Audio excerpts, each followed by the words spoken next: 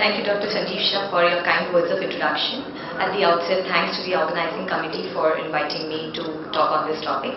Well, we all know about Metformin. I mean, I'm sure there's not a single member in this audience who's not aware about this drug. And you've had a session in the morning. What I propose to do is basically go through these few points. What is the current status of Metformin in today's practice in terms of diabetes management? What are the other non-diabetic indications, the popular current indications which we're using Metformin for? What are the currently believed contraindications to Metformin? Is there any method where we can circumvent these contraindications? So are there any contraindications to these contraindications? And newer potential therapeutic targets for Metformin. Now, Metformin was isolated actually even before insulin. The biguanide group of drugs, insulin was isolated in 1921, but Metformin came in about 3 years before that. But in the wake of insulin secretion, this got taken into the background. But eventually it became available for clinical practice somewhere in 1950s. This was Dr. Jean Stern from France who eventually started using the drug and called it as glucophage, meaning a glucose eater. It was 1955 or 57 and today it is 2015. So we have about 70 years of experience with this drug. I mean, isn't that amazing? And it has stood the test of time with all safety aspects. Now, Metformin, classically known as insulin sensitizers, but there are new pathways being discovered about Metformin which act on other mechanisms, not only being insulin sensitizers but other cell regulatory pathways. Now, considering the mechanism of action for diabetes, we know that the main main target for Metformin is the AMP kinase, which is cyclic AMP dependent protein kinase activation. Now this happens in the liver to stimulate hepatic gluconeogenesis. It happens in the adipose tissues to decrease the fatty acid synthesis and lipolysis. In the muscle, the most important thing is to increase glucose uptake. This is about the beta cell of the pancreas, which is an indirect effect. So the current status of Metformin, we all know that now we have 70 years of experience. It's a very effective anti-hyperglycemic agent. It's not a hypoglycemic agent. The A1C reductions in studies have been shown between 0.8 to 1.5. I would put it conservatively between 0.8 to 1.2. No hypoglycemia, low cost, very well combined. In fact, available as a FDC with almost every other anti-diabetic drug. Weight neutral, mild reduction in weight is possible, cardiovascular benefits and very mild adverse effect profiles. So what do the current guidelines recommend? We have 3 main guidelines worldwide, which is the ADA, the IDF and the AAC guidelines. All of them recommend Metformin as the first line of therapy. The ADA, the IDF and AAC guidelines. So without doubt, after lifestyle modification, Metformin comes as the first anti-hyperglycemic agent, and that's where it stands today. Now what is it? Is it used for diabetes prevention? Well, there have been studies comparing the efficacy of lifestyle modification versus Metformin, and definitely lifestyle modification has a much better impact on prevention of progression to diabetes as compared to the drugs. So you have, about 25 to 30% reduction with Metformin and about 50 to 60% reduction with lifestyle management. So lifestyle management definitely is better than the drugs. The other drugs which are used for the diabetes prevention are basically the alpha glucose base inhibitors, and now there are studies with the GLP-1 receptor agonists. Now these are studies from the US, India and the Chinese population. And the AAC in fact also talks about after lifestyle modification, Metformin is an approved medication to prevent progression to diabetes. What are the others? So after diabetes, in fact I didn't put about childhood type 2 diabetes. It is also approved for childhood type 2 diabetes for treating obese or diabetic kids with type 2 diabetes. Now we have been sort of using Metformin for other indications, namely polycystic ovaries and fatty liver disease and gestational diabetes. We'll examine in brief what are the evidences which we have today. So I'll talk about in brief about polycystic ovaries disease.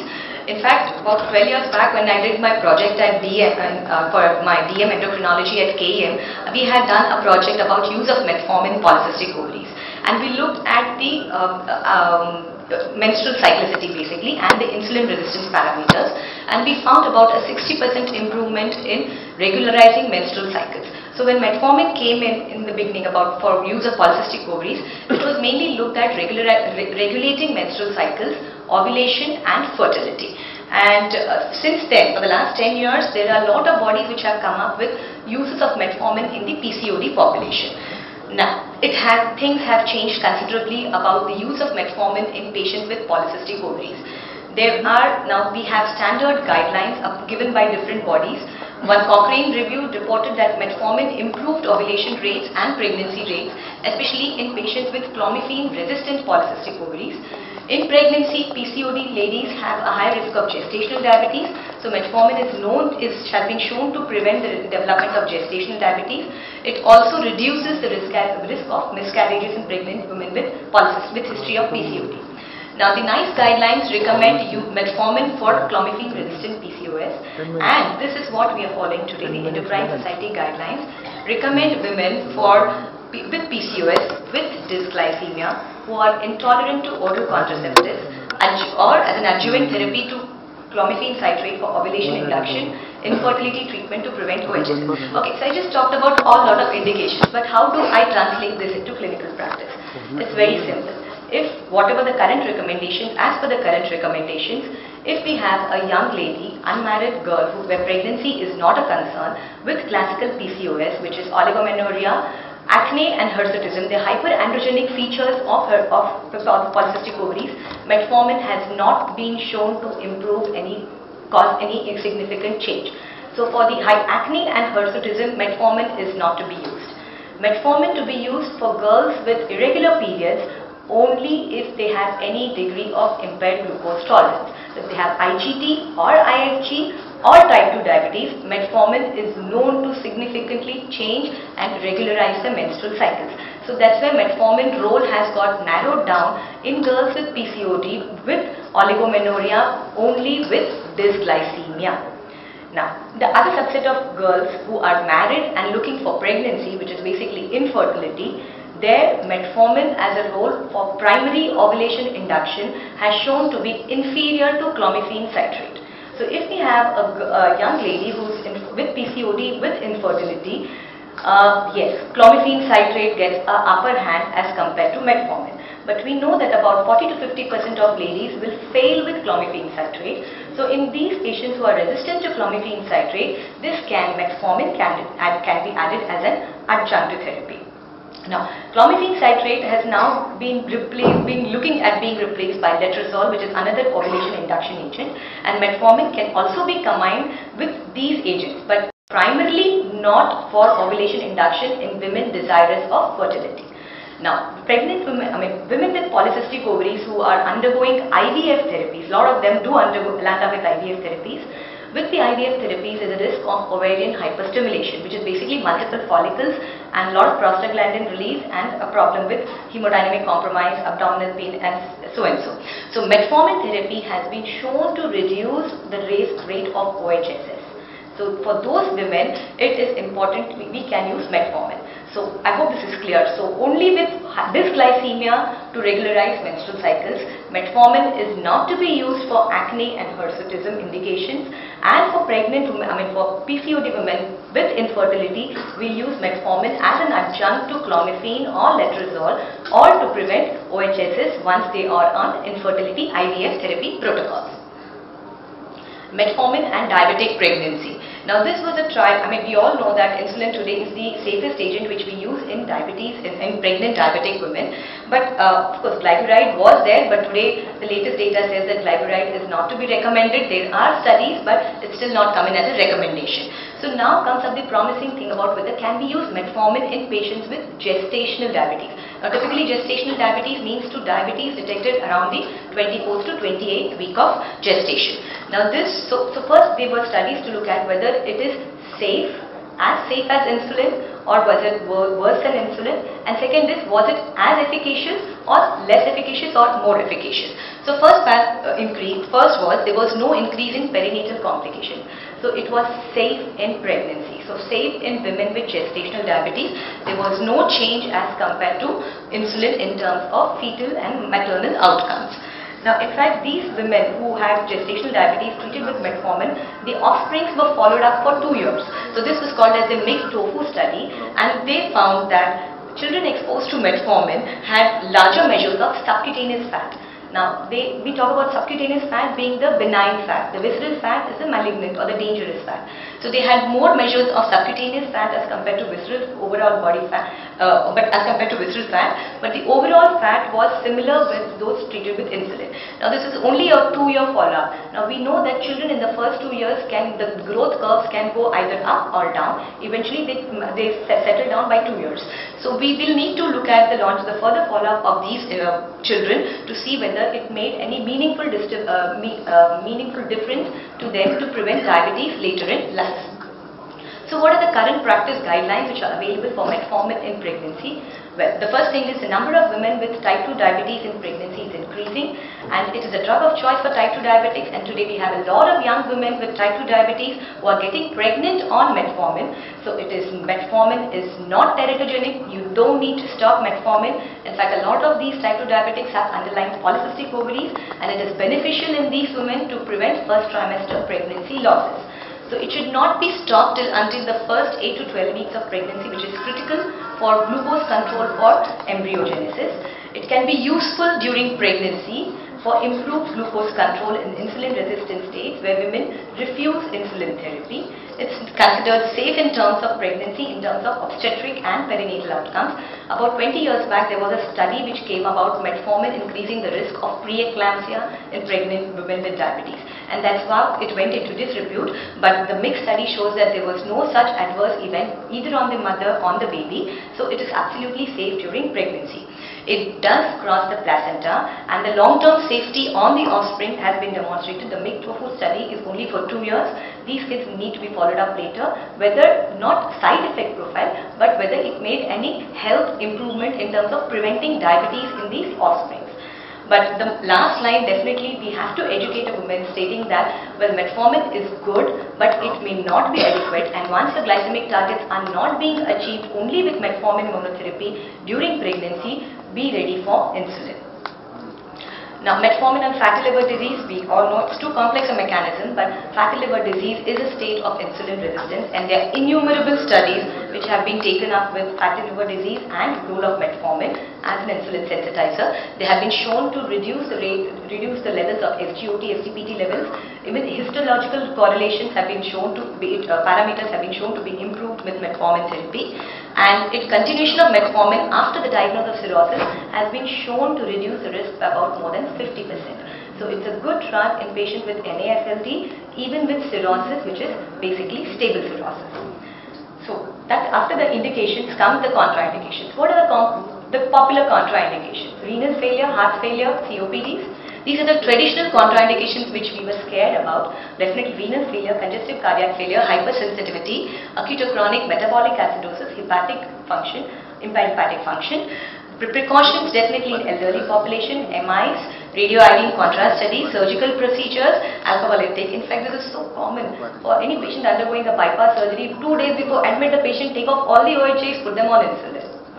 I think these have all been contraindications, have been recently being reviewed, and we have new evidence coming up. Metformin and cardiovascular disease. Now, UKPDS is an age-old study. You probably must have read it in your medicine days. It was started about 1997, went on till 1998, about the whole period. And after 1998, when the study was stopped, they followed up these patients for 10 more years. And what they found is definitely microvascular, but metformin was the only agent to reduce macrovascular diabetic complications, including MIs. There was about a 39% reduction in MIs in patients of type 2 diabetes who were treated with metformin. There was also a reduction in stroke in these patients. So there was many other studies which have looked at metformin independently reducing the risk of complications. And so the final says it's a good drug for complication for cardiovascular disease. There are various methods it goes about. Now, heart failure. Again, studies showing that metformin associated with a low risk of mortality in diabetic patients with heart failure. It shows that patients who these were dilated cardiomyopathy, ischemic cardiomyopathy, hypertensive cardiomyopathy, patients who were hospitalized and on different therapies, and patients who were on metformin benefited the most. Patients on sulfonylureas and insulin had higher mortalities as compared to metformin. So the last statement, final word comes in that from circulation that should be considered a drug of choice for diabetics with heart failure. Now, benefits in CKD, definitely. When creatinine goes up to 1.2, 1.3, upper limit of normal, knee-jerk reaction, stop metformin. And there are guidelines today. What we follow is look at the creatinine clearance. Creatinine, and it calls cell cycle arrest. It is also inhibits the HER2, which is an important molecular marker for breast cancer patients, IGF-1 patients, and the insulin receptors, and the cycling. So, too many molecular mechanisms, but they have all been shown promising as adjuvant therapy for breast cancers, lung cancers, colon cancers. Everywhere else, the risk of cancers has been reduced, and mainly what they say is the longer duration of treatment, higher dosage appears to have an anti-cancer effect, and especially in chemotherapy resistant cases, metformin has been found to have to be a useful adjuvant. Having said all these things, there is just a report which came up just last week, published about 70,000 ladies with breast cancer and endometrial cancers, where metformin actually did not show to be significantly different with, in terms of breast cancer use, having a beneficial effect on breast cancer. So the final word is still not out, but a lot of exciting research which needs to be happening. TSH lowering effect in type 2 diabetic patients who are hypothyroid on treatment, metformin is known to lower, it has been not known, shown to be lowering the TSH levels. It does not happen in type 2 diabetic euthyroid patients. Again, these are just preliminary studies. Association with HIV associated the antiretroviral therapy. Metformin and tuberculosis, one paper which has come up from Singapore stating that metformin is a good, useful adjunctive therapy. It makes especially in drug-resistant tuberculosis, it acts again on the same cell AMP kinase dependent pathway, and it's a promising candidate host adjunctive therapy for improving the effective therapy. Having said that, well, we have issues coming up, confounding areas, metformin and B12 deficiency. Well, there were papers which have said that B12 deficiency is commonly associated, but there are thought process now looking at whether B12 deficiency is actual B12 deficiency, because there are some papers which have come up. Normally we know that B12 deficiency leads to increase in homocysteine levels and methylmalonic acid levels. But these papers have shown that where metformin was associated with low B12 levels, the homocysteine levels actually were normal. So is it actual lowering of B12 or it's just intracellular shift of B12 which we see that? So again, areas of confusion there. Pharmacogenomics, I think we just heard of Dr. Balasubramanian talking about metformin resistance in some patients which are being seen, and that's basically polymorphisms, mutations in the OCT proteins. So to summarize, this unprecedented database support to use metformin as a type 2 diabetic, as an agent for type 2 diabetes. It is the only available anti-hyperglycemic agent to have cardiovascular benefits independent of glucose lowering. Most of the drugs, OHAs, will lower the blood glucose and hence confer cardiovascular benefits, whereas metformin has independent cardiovascular benefits. Now, we have documented evidence for use in PCOD, pregnancy and fatty liver disease, exciting implications in cancer and tuberculosis, but yes, of course, they all need to be studied up and followed up with randomized control trials. So, that like to end. Thank you. Sorry for overshooting my time.